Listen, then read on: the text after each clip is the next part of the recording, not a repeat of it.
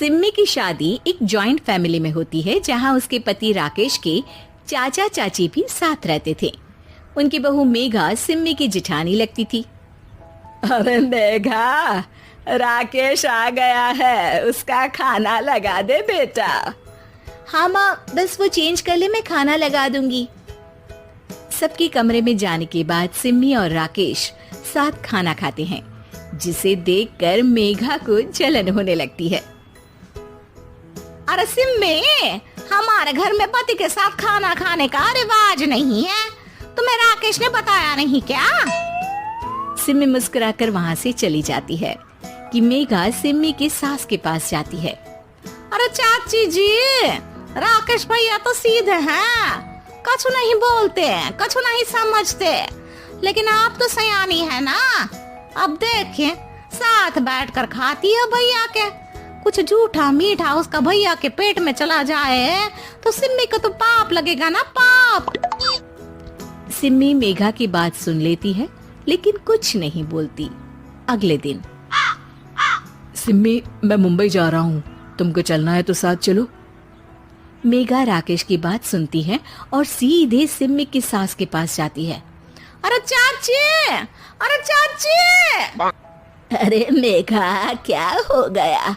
बहुत परेशान लग रही है, सब ठीक तो है ना? अरे नहीं ना चाची, कैसा ठीक है?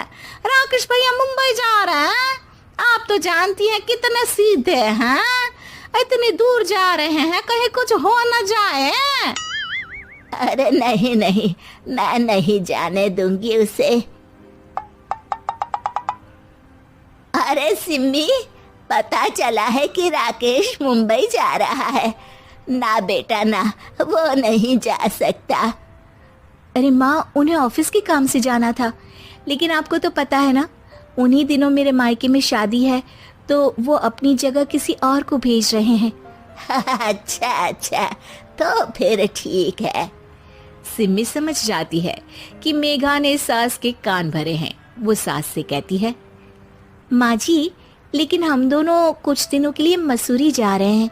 आप तो जानती हैं कि शादी के बाद हम कहीं नहीं गए। अच्छा अच्छा, ठीक है, जाओ घुमाओ। सास वहां से चली जाती है। सिम्मी अपने कमरे में कपड़े पैक कर रही होती है कि तभी मेघा आ जाती है। अरे गर्मी में सर्दी के कपड़े काहे पैक कर रही हो? सिम्मी को मेघा पर नाराजगी तो होती है, लेकिन फिर भी वो कुछ नहीं बोलती।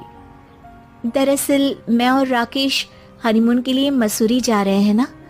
का हनीमून? हाँ हाँ, हनीमून। क्यों?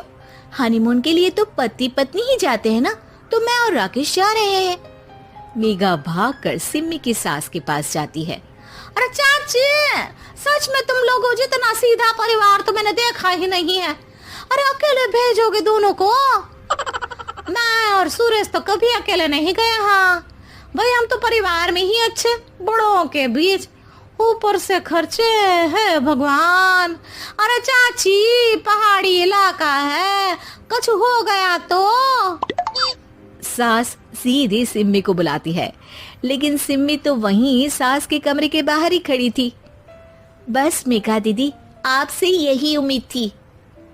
अरे बड़ी हूँ, घर के कायदे कानून तो मैं ही बताऊंगी ना। अरे तो अपने घर में रखिए ना सारे कायदे कानून। आपकी सास खुद खाना बनाती है, क्योंकि आप यहाँ आकर मेरी सास के कान भरती हैं। आपका पति हमेशा खुद खाना लेकर खाते हैं, क्योंकि आप मेरे घर में ये देखने के लिए बैठी रहती हैं कि मैंने और राकेश ने साथ खाना खाया तो खाया कैसे। मेघा दीदी, आप अपने घर और घर वालों का ख्याल रखिए, मेरे घर में ज्यादा घुसने की जरूरत नहीं है। और हाँ, मैं अपने सास और पति को संभाल लूंगी। मेघा चिल्लाती हुई वहां से चली जाती है, जिसकी आवाज सुनकर राकेश वहां आ जाता है। सिम्मी, मैंने तो तुम्हें पहले ही अपने घर का माहौल बता दिया था। हाँ राकेश, तुम्हारे घर का माहौल बहुत अच्छा है, लेकिन बाहर से कुछ लोग आकर इसे खराब करना चाहते हैं, जो मैं नहीं होने दूंगी। सास सिम्मी की बात सुनकर कमरे में चली जाती है। सिमी और राकेश घूमने जाते हैं और जब वापस आते हैं तो दरवाजे में मेघा और उसके पति खड़े होते हैं, वो भी सामान लेकर। अब छोटे मर्यादा तोड़कर घूम रहे हैं तो हम काहे नहीं। अरे भाभी, तो आपको किसने मना किया है? वैसे भी 4 दिन की जिंदगी है, दूसरों के घर में ताक झाक करके बिताने से अच्छा हो मौज करके ही बिताओ।